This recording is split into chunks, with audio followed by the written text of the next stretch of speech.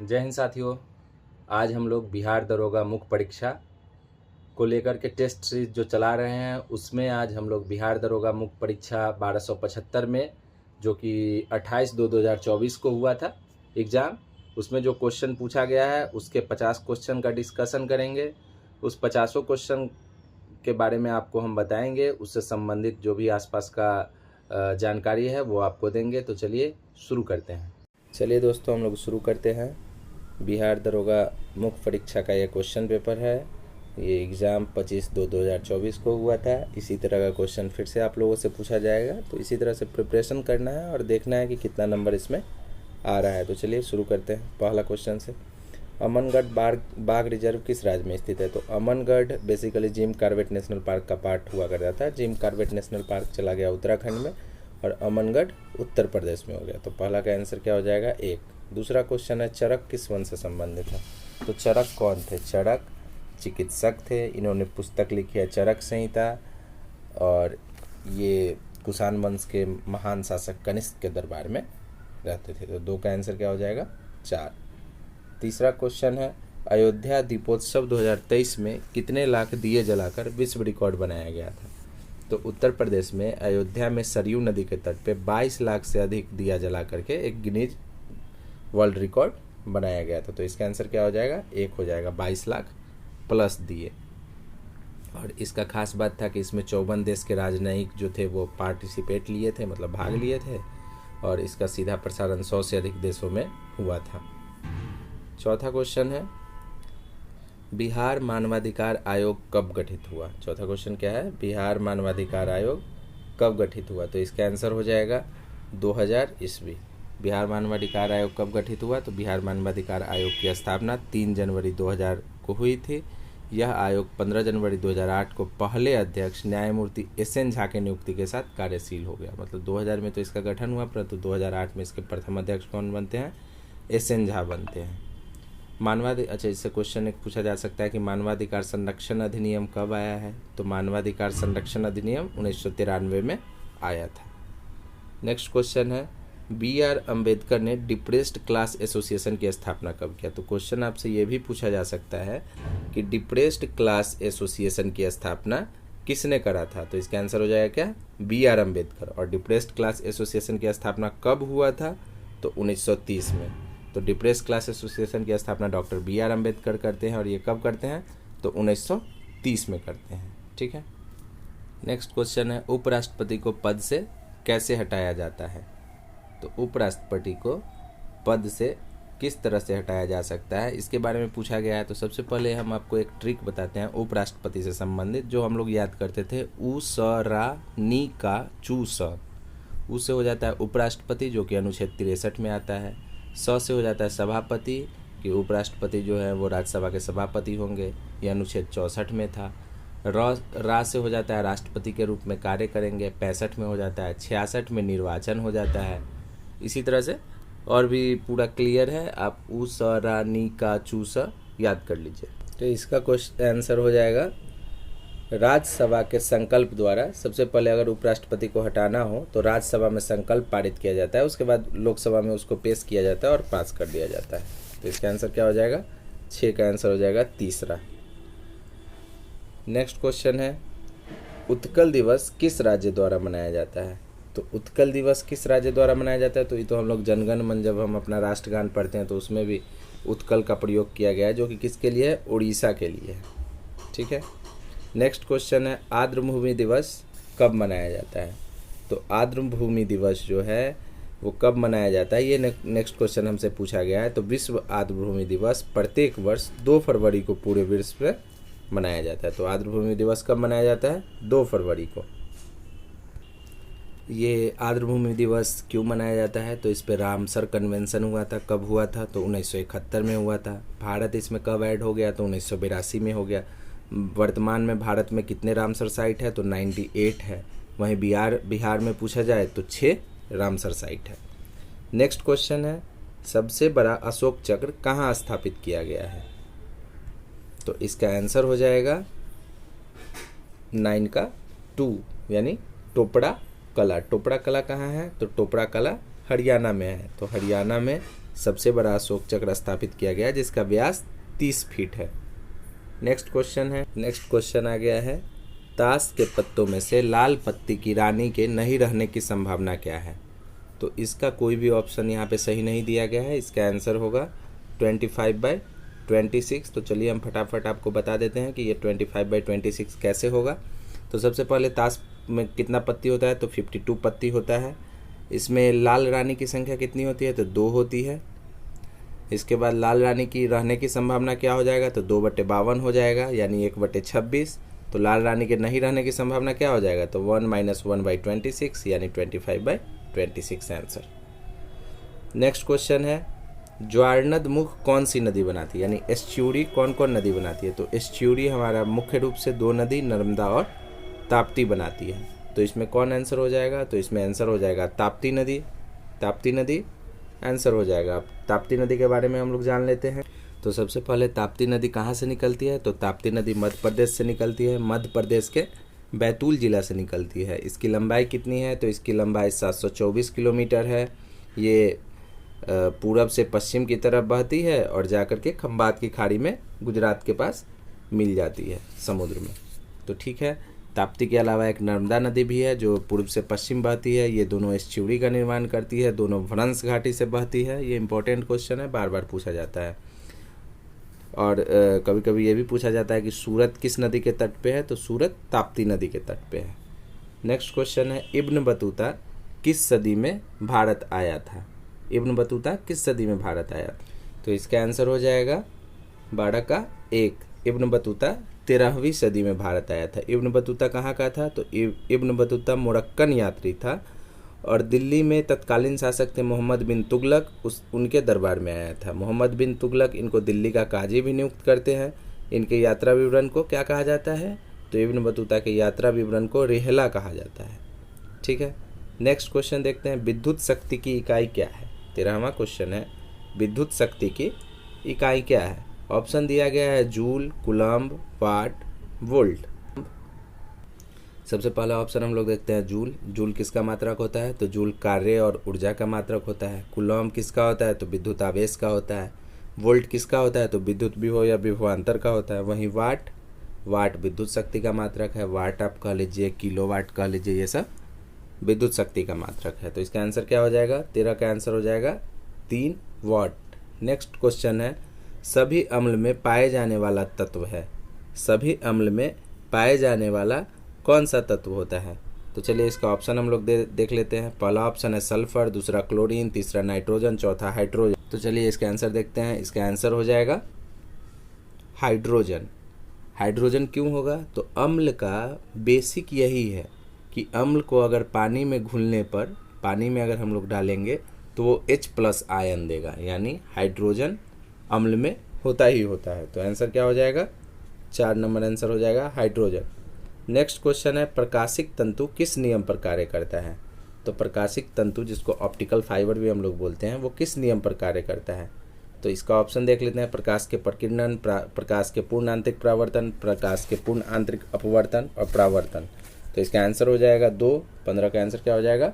2 हो जाएगा। Next question देखते हैं, 16 नंबर, एक ठोस गेंद का व्यास 4.2 सेंटीमीटर है, घनत्व 8.9 ग्राम पर सेंटीमीटर क्यूब है, तो गेंद का द्रव्यमान ज्ञात करें। तो ये फिर से क्वेश्चन दे दिया गया है, थोड़ा सा न्यूमेरिकल टाइप का किया गया है, लेकिन उतना भी हार्ड नहीं है। इसका आंसर आपका हो जाएगा 345.39। ठीक है, अब कैसे होगा ये हम फटाफट आपको बता देते हैं। सबसे पहले बेसिक फार्मूला होता है, किसी भी ठोस गेंद का घनत्व जो हो जाएगा उसके द्रव्यमान बाई आयतन। ये हम लोग फार्मूला जानते ही हैं कि घनत्व जो होता है वो द्रव्यमान बटे आयतन होता है। तो यहाँ पर हमारा घनत्व हमको मालूम ही है और आयतन हम लोग गेंद का व्यास से निकाल लेंगे। व्यास हमारा 4.2 सेंटीमीटर है, तो त्रिज्या 2.1 सेंटीमीटर हो जाएगा और आयतन जो हो जाएगा वो 4/3 πr³ हो जाएगा। r के जगह पर हम लोग 2.1 सेंटीमीटर रख देंगे। तो इस तरह से हम लोग करेंगे तो इसका आंसर क्या आ जाएगा? 345.39 ग्राम। नेक्स्ट क्वेश्चन है, कौन संयोजी उत्तक नहीं है? 17 नंबर क्वेश्चन क्या है? कौन संयोजी उत्तक नहीं है? तो इसका आंसर क्या हो जाएगा? इसका आंसर हो जाएगा हार्मोन। हार्मोन क्या होता है? हार्मोन कोई उत्तक नहीं है। उपास्थि, उपास्थि भी उत्तक है। रक्त तो हम लोग जानते ही हैं कि रक्त एक तरल संयोजी उत्तक होता है। अस्थि एक कठोर उत्तक होता है। तो इस तरह से इसका आंसर क्या हो जाएगा 17 का 4 हार्मोन। नेक्स्ट क्वेश्चन है ओडिशा की बादाम पहाड़ी से कौन सा अयस्क निकलता है? तो ओडिशा की बादाम पहाड़ी किसके लिए फेमस है? तो ओडिशा का बादाम पहाड़ी का जो खादान है वो ओडिशा के मयूरभंज और केंदुझार जिले में स्थित है और यहाँ से लोहे के उच्च श्रेणी हेमेटाइट निकलता है। कौन निकलता है? हेमेटाइट निकलता है। तो याद रखिएगा आप लोग, लौह अयस्क 4 टाइप का होता है, मैग्नेटाइट, हेमेटाइट, लिमोनाइट और सीडेराइट। तो हेमेटाइट कहाँ से मिलता है? हमारा ओडिशा के बादाम की पहाड़ी से। नेक्स्ट क्वेश्चन है सुंग वंश के बाद किस वंश ने शासन किया? ये एंसेंट से क्वेश्चन है। तो एक आप लोगों को ट्रिक हम बता रहे हैं। ट्रिक है हसीन मसुकसा। क्या है ट्रिक? हसीन मसुकसा। ह से हो गया हर्यक, सी से हो गया शिशुनाग, न से हो गया हसीन, मसुक, म से हो गया मौर्य, सु से हो गया सुंग और क से हो गया कण्व। तो हम लोग के क्वेश्चन क्या था? सुंग वंश के बाद। तो हसीन मसुक सुक, सुंग के बाद क से कण्व वंश ने शासन किया था। ठीक है, तो इसका आंसर क्या हो जाएगा? 19 का आंसर हो जाएगा 1। वहीं सुंग वंश का बात करें तो सुंग वंश मौर्य वंश के बाद आया था। मौर्य वंश के अंतिम शासक बृहद्रथ थे। उनकी हत्या उनके सेनापति पुष्यमित्र सुंग करते हैं और 185 ईसा पूर्व में सुंग वंश की स्थापना करते हैं। और सुंग वंश के अंतिम शासक कौन हो जाएंगे? देवभूति हो जाएंगे, जिसकी हत्या कौन करेंगे? वासुदेव कण्व करेंगे और कण्व वंश की स्थापना करेंगे। चलिए नेक्स्ट क्वेश्चन है डीआरडीओ द्वारा विकसित अस्त्र कैसी मिसाइल है? डीआरडीओ द्वारा विकसित अस्त्र कैसी मिसाइल है? इसका आंसर हो जाएगा वायु से वायु। तो अस्त्र कैसा मिसाइल है? वायु से वायु में मार करने वाला मिसाइल है। नेक्स्ट क्वेश्चन है 1916 में कांग्रेस अधिवेशन कहाँ आयोजित हुआ था? तो 1916 कांग्रेस अधिवेशन में बहुत इंपॉर्टेंट रोल है। इसकी अध्यक्षता कौन करते हैं? अंबिका चरण मजूमदार करते हैं। 1916 के कांग्रेस अधिवेशन की अध्यक्षता AC मजूमदार किए थे और इसको लखनऊ पैक्ट के नाम से जाना जाता है। इसमें क्या हुआ था? तो इसमें गरम दल नरम दल एक हो गया था और वही मुस्लिम लीग में भी इसमें शामिल हो गया था। गरम दल नरम दल को कौन मिलवाए थे? तो एनी बेसेंट। वही मुस्लिम लीग को इसमें कौन शामिल करवाए थे? तो वल्लभ भाई बाल गंगाधर तिलक। नेक्स्ट क्वेश्चन है कांग्रेस का पहला विभाजन किस वर्ष हुआ? तो कांग्रेस का पहला विभाजन कब हुआ था? तो इसको हम लोग सूरतपुर बोलते हैं और ये हुआ था सूरत अधिवेशन 1907 में। तो इसके अध्यक्षता कौन करे थे? तो रास बिहारी घोष करे थे और इसी अध्यक्षता को लेकर के गरम दल और नरम दल में विवाद हो गया था, जिसके कारण ये विभाजन हो गया था। नेक्स्ट क्वेश्चन है बिहार के निम्नलिखित जिले को उत्तर से दक्षिण व्यवस्थित करें। ऑप्शन है गोपालगंज, दूसरा ऑप्शन है सिवान, तीसरा है बक्सर, चौथा है रोहतास।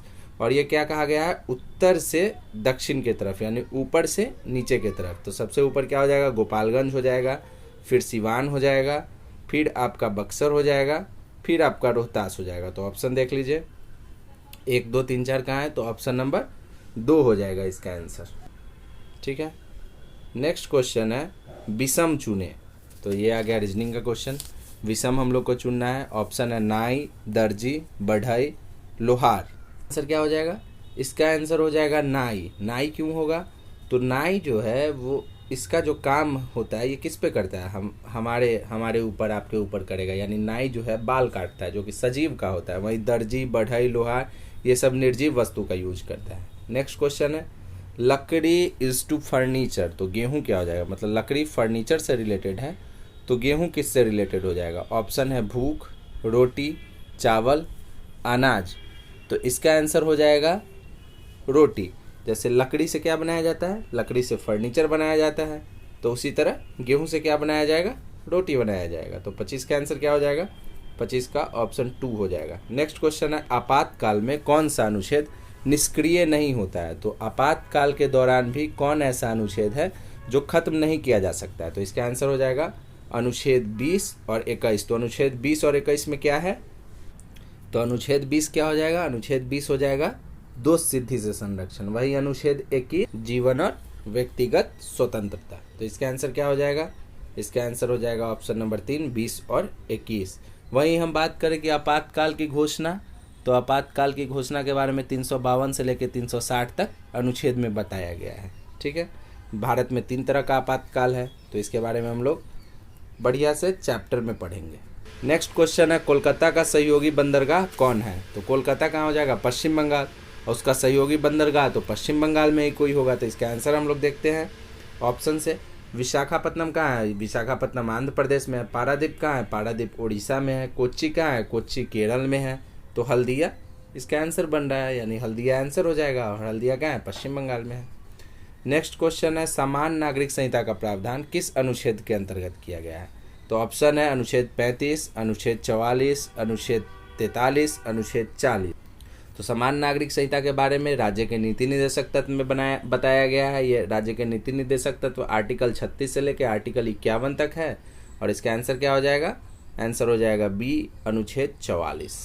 नेक्स्ट क्वेश्चन है, 14वां अखिल भारतीय पुलिस कमांडो प्रतियोगिता 22 जनवरी 2024 को कहाँ आयोजित हुआ है? तो ये करेंट से क्वेश्चन पूछ लिया गया था और इसका आंसर हो जाएगा कपूलू पादा विशाखापत्तनम। नेक्स्ट क्वेश्चन है, पुग्गा घाटी लद्दाख किस लिए प्रसिद्ध है? तो पुग्गा घाटी जो लद्दाख का है वो किस लिए प्रसिद्ध है? तो लोकसभा और राज्यसभा दोनों के अध्यक्ष उपाध्यक्ष का एक पैनल बना होता है। तो जब भी लोकसभा अध्यक्ष अथवा उपाध्यक्ष अनुपस्थित रहेंगे तो उस पैनल के जो अन्य सदस्य रहेंगे वो इसको सुगम बनाएंगे, वो अध्यक्षता करेंगे। नेक्स्ट क्वेश्चन है, लोकसभा अध्यक्ष के चुनाव की तिथि किसके द्वारा घोषित किया जाता है? तो 32 क्वेश्चन। तो लोकसभा अध्यक्ष के चुनाव की तिथि का घोषणा जो भी होगा वो राष्ट्रपति करते हैं, ठीक है। नेक्स्ट क्वेश्चन है 33 नंबर क्वेश्चन, कोयला भंडारण में प्रथम राज्य कौन सा है? तो इम्पोर्टेंट क्वेश्चन है और ये चेंज भी होते रहता है, लेकिन कोयला भंडारण में अभी वर्तमान में सब प्रथम राज्य कौन है? तो झारखंड इसका आंसर हो जाएगा, ठीक है। नेक्स्ट क्वेश्चन है, सोशल कॉन्ट्रैक्ट किसके द्वारा लिखा गया था? एक पुस्तक है द सोशल कॉन्ट्रैक्ट, ये रूसो के द्वारा लिखा गया था जो कि एक फ्रांसीसी लेखक थे। नेक्स्ट क्वेश्चन है, कौन सा स्थान पूर्वी तट पर स्थित है? ऑप्शन है कोल्लम, तूतीकोरिन, एर्नाकुलम, कोचीन। तो चलिए ऑप्शन नंबर 1 देखते हैं, कोल्लम। कोल्लम केरल में स्थित है। एर्नाकुलम कहाँ है? ये भी केरल में है। कोचीन केरल में है। तो आंसर हो जाएगा 2 नंबर, तूतीकोरिन। तूतीकोरिन तमिलनाडु का एक बंदरगाह है। नेक्स्ट क्वेश्चन है 36वां नंबर क्वेश्चन, 92वां संविधान संशोधन 2003 द्वारा 8वीं अनुसूची में कौन सी भाषा जोड़ी गई थी? तो 8वीं अनुसूची में भाषा के बारे में बताया गया है। वर्तमान में कितने भाषा हैं? तो वर्तमान में टोटल 22 भाषा हो जाएंगे। प्रारंभ में कितने थे? तो 14 भाषा थे। तो हमसे पूछा जा रहा है कि 92वां संविधान संशोधन 2003 में कौन सी भाषा जोड़ी गई थी? तो इसमें कौन कौन जोड़ी गई? तो इसमें जोड़ी गई थी बोडो, डोंगरी, मैथिली और संथाली। तो ऑप्शन क्या हो जाएगा इसका? ऑप्शन हो जाएगा 4, संथाली। नेक्स्ट क्वेश्चन है 37वां नंबर क्वेश्चन, योजना आयोग किस वर्ष स्थापित हुआ था? तो योजना आयोग की स्थापना 15 मार्च 1950 को हुआ था। तो इसका आंसर क्या हो जाएगा? 1950। और योजना आयोग का जगह कौन ले लिया है? तो योजना आयोग का जगह नीति आयोग ले लिया है। कब से? 1 जनवरी 2015 से। नेक्स्ट क्वेश्चन है 38 नंबर क्वेश्चन, सही सुमेलित करना है। तो इसका हम लोग आगे देखते हैं। भारत का संघ 1 नंबर पे दिया गया है, 2 पर है राज्य, 3 पर है नगर निगम, 4 पर है ग्राम पंचायत। तो इसका क्या हो जाएगा? भारत के संघ के कौन हो जाएंगे? प्रधानमंत्री भारत के संघ से रिलेटेड हो जाएंगे। राज्य से कौन रिलेटेड हो जाएंगे? राज्य से राज्यपाल रिलेटेड हो जाएंगे। नगर निगम महापौर हो जाएंगे। ग्राम पंचायत सरपंच हो जाएंगे। तो आंसर हो जाएगा ABDC। ABDC कहाँ है? ऑप्शन नंबर 1, यानी 38 का क्या हो जाएगा? ऑप्शन नंबर 1 हो जाएगा। नेक्स्ट क्वेश्चन है समानांतर श्रेणी 23, 29, 35, 41 का 9वां पद निकालना है। ये भी बेसिक क्वेश्चन पूछा गया है। इसका सबसे पहले पहला पद जो हो जाएगा ए हो जाएगा 23, डिफरेंस हो जाएगा यानी पदों के बीच का अंतर हो जाएगा 29 माइनस 23 यानी 6 हो जाएगा। तो इसका फॉर्मूला क्या होता है? TN का फॉर्मूला होता है TN बराबर A plus N-1 into D. तो A यहाँ पर क्या हो जाएगा? A हो जाएगा 23, वहीं प्लस N 9वां पद पूछा गया तो N हो गया 9 माइनस 1 और डिफरेंस कितना है? 6 का। तो 9 में से 1 गया 8, 8 में 6 से मल्टीप्लाई करेंगे तो 48 हो जाएगा और 48 में 23 को ऐड कर देंगे। तो इसका आंसर क्या आ रहा है? इसका आंसर आ रहा है 71। तो इसका आंसर क्या हो जाएगा? 39 का हो जाएगा दूसरा आंसर। नेक्स्ट क्वेश्चन है 40 नंबर, GI टैग किस संस्था द्वारा प्रदान किया जाता है? तो GI का सबसे पहले फुल फॉर्म क्या होता है? तो GI का फुल फॉर्म होता है ज्योग्राफिकल इंडिकेशन यानी भौगोलिक संकेत। और ये कौन देता है? तो ये देता है WTO, world trade organisation. Next question है बक्सर के युद्ध के समय दिल्ली का शासक कौन था? तो बक्सर के युद्ध सबसे पहले हुआ कब है? तो बक्सर के युद्ध होता है 1764 में। इसमें कौन कौन शामिल होता है? तो इसमें अवध के तरफ से शुजाउद्दौला, दिल्ली के तरफ से हमारे शामिल हो जाता है शाह आलम द्वितीय, और वहीं मीर कासिम जो कि बंगाल का भगौड़ा नवाब था। तो इसका आंसर क्या हो जाएगा 41 का? 41 का आंसर हो जाएगा 3 नंबर, शाह आलम द्वितीय। नेक्स्ट क्वेश्चन है, अध्यक्षात्मक सरकार की विशेषता क्या है? अध्यक्षात्मक सरकार जो होता है उसकी क्या विशेषता होती है? तो उसकी विशेषता ये होती है, ऑप्शन सी, शक्ति का पृथक्करण। वहीं अगर आपसे पूछा जाए कि अध्यक्षात्मक सरकार कहाँ है, तो अमेरिका में है। नेक्स्ट क्वेश्चन 43 नंबर क्वेश्चन देखते हैं। 43 नंबर क्वेश्चन, यदि पुलिस को ECILOP, ये रीजनिंग से संबंधित क्वेश्चन था और ये बड़ा ही आसान है। देखा जाए तो बस इसको क्या किया, उल्टा कर दिया। P को यहाँ उठा के यहाँ कर दिया, O को यहाँ से यहाँ डाल दिया, L को यहाँ से यहाँ डाल दिया। तो इसका आंसर क्या हो जाएगा? तो 43 का आंसर हो जाएगा 4 नंबर, RETIRW हो जाएगा। नेक्स्ट क्वेश्चन है, प्रश्न आकृति को पूरा करें। ये भी रीजनिंग से संबंधित क्वेश्चन दिया गया है और इसका आंसर हो जाएगा 1 नंबर। ठीक है, नेक्स्ट क्वेश्चन देख लीजिए। बोस आइंस्टीन कंडेंसेट में होती है, बोस आइंस्टीन कंडेंसेट में क्या होती है? तो इसका ऑप्शन दिया गया है बहुत कम गतिज ऊर्जा, दूसरा दिया गया है निम्न गतिज ऊर्जा, तीसरा दिया गया उच्च गतिज ऊर्जा, चौथा दिया गया है उच्चतम गतिज ऊर्जा। तो इसका आंसर हो जाएगा ऑप्शन 1, बहुत कम गतिज ऊर्जा। अभी जो बोस आइंस्टीन कंडेंसेट क्या है? तो बोस आइंस्टीन कंडेंसेट को पदार्थ की 5वीं अवस्था बताया गया है। ठीक है, चौथी अवस्था कौन थी? तो प्लाज्मा थी। नेक्स्ट क्वेश्चन फिर से रीजनिंग से है। इसमें बोला गया है कि जो विषम है उसको चुनना है। तो इसका आंसर क्या हो जाएगा? इसका आंसर हो जाएगा ऑप्शन नंबर 3। ऑप्शन नंबर 3 क्यों हो रहा है? तो आप लोग देखिए, बताइए। सिंपल है जो एरो दिया गया है वो सभी में एरो सर्कल के तरफ है, लेकिन इसमें सर्कल के अपोजिट है, तो इसलिए ऑप्शन 3 हो जाएगा। नेक्स्ट क्वेश्चन है 47 नंबर, मुंगेर जिला से किस जिले की स्थलीय सीमा नहीं लगती है?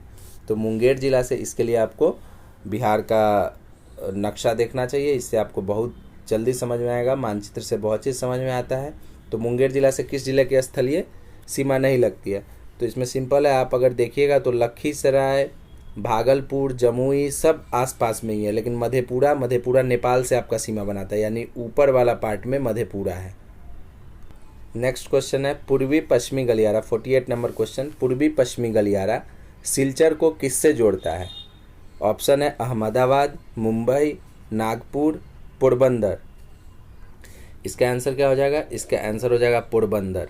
तो पूर्वी पश्चिमी गलियारा जो है ये स्वर्णिम चतुर्भुज का ही पार्ट है और इसकी लंबाई कितनी है? तो पूर्वी पश्चिमी गलियारा की लंबाई लगभग 3300 किलोमीटर है। ठीक है, जो कि सिलचर से पोरबंदर तक फैला हुआ है। नेक्स्ट क्वेश्चन है 49 नंबर क्वेश्चन, हाल ही में मरणोपरांत भारत रत्न सम्मान किसे दिया गया है? तो इसका आंसर हो जाएगा कर्पूरी ठाकुर। कर्पूरी ठाकुर को हाल ही में मरणोपरांत भारत रत्न सम्मान से सम्मानित किया गया। 2024 में टोटल 5 लोगों को दिया गया था भारत रत्न सम्मान, जिसमें बिहार से एक कर्पूरी ठाकुर थे। कर्पूरी ठाकुर बिहार के 2 बार मुख्यमंत्री रहे हैं, ये 11वें मुख्यमंत्री के रूप में कार्य किए हैं। ठीक है, नेक्स्ट क्वेश्चन 50 नंबर क्वेश्चन है, कोयना बांध किस राज्य में स्थित है?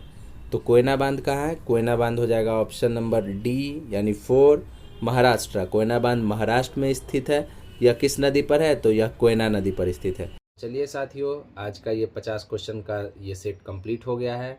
इसी का जो 51 से लेके 100 क्वेश्चन है वो अगले वीडियो में हम डालेंगे और उसके इर्द गिर्द जो भी क्वेश्चन होगा या उससे संबंधित जो डिस्कशन होगा वो हम ज़रूर बताएंगे। आप लोग वीडियो को पूरा देखिएगा, अच्छा लगे तो सब्सक्राइब करिएगा, फॉलो करिएगा।